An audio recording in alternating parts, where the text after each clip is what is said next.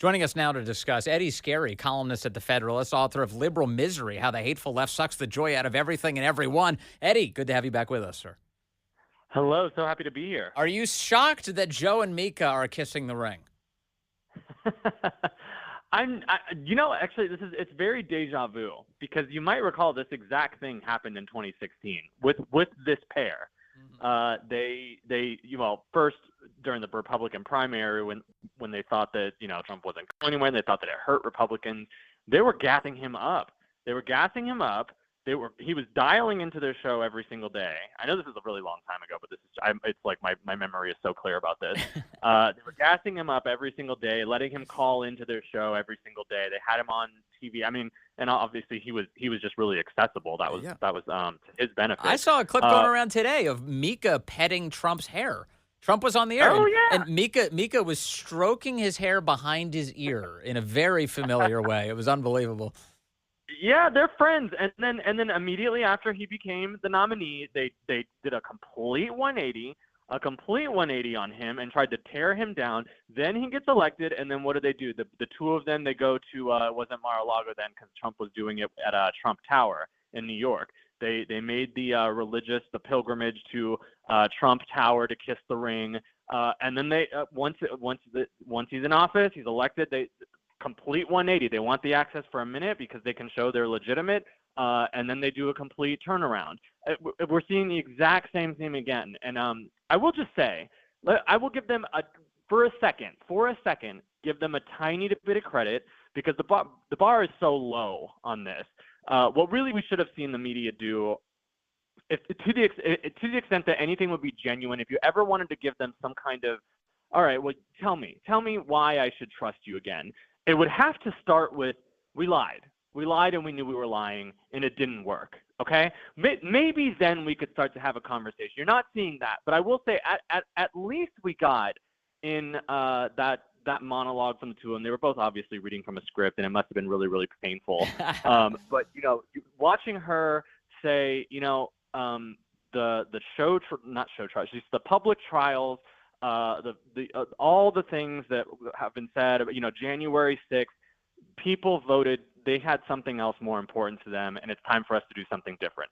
I will say, to some extent, I respect that, or at least I acknowledge it as it's way further.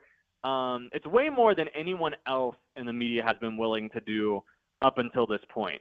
But I will just say, again, if you are not going to start with saying, because Brian Stelter at CNN, their media ghoul over there at CNN, he's been doing this, there's a lot of reckoning going on. Okay, if you are not going to start that reckoning with telling your viewers, we lied to you, we knew we were lying, and it didn't work. If you're not going to start there, because that's what happened these last, many years, but especially in the last 2 years, and especially when Kamala Harris became the nominee, because I will just real quick, Vince. Yeah. I just want to say this was the lies that we're used to are more like deception. It's more like kind of what they did with inflation, which is they kind of, the way they phrase things like, well, inflation's down, why aren't people feeling it? And then they're not giving you the full context of what's going on there. But this was something else I've never seen before, and I've been covering media for a very long time. This was not that kind of lie for these especially the last 4 months when Kamala became the nominee. This was brazen. They're telling you up is down. They're telling you that the ground doesn't get wet when it rains, and they're telling you that Kamala Harris is popular. That is a whole different version of lie that I have never seen before. And again, if they're not going to start from the gate with any kind of reckoning with, yeah, we lied to you, we knew you were lying, and it didn't work, I don't want to hear it.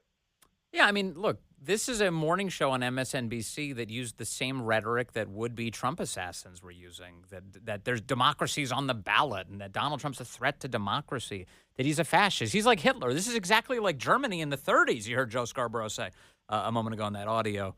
And for as long as I've been aware of it, dorm room philosophers have sat around and asked themselves, hey, would you get into a time machine and go back and kill baby Hitler? Well, here's a real-life example. Would you go to Maralago and meet with Hitler? Because that's what they claimed that they were doing. So here they are meeting with the guy they cast as Hitler for the waning weeks of the election, and they're trying to convince their audience that that's just what journalists do. We have to, open up lines of communication here. Yeah, it's really it's I had been pondering this question aloud on Twitter or X for the last like 3 months. I had always believed that Trump was likely to win. I didn't know that it was going to be a complete blowout like that. I was pretty confident that he would beat Kamala more than I was confident he was going to beat Biden.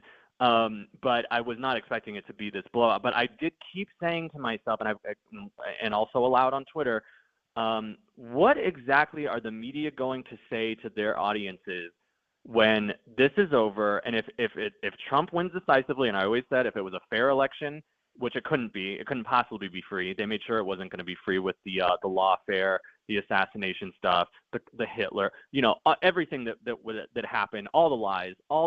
And your audience knows them all.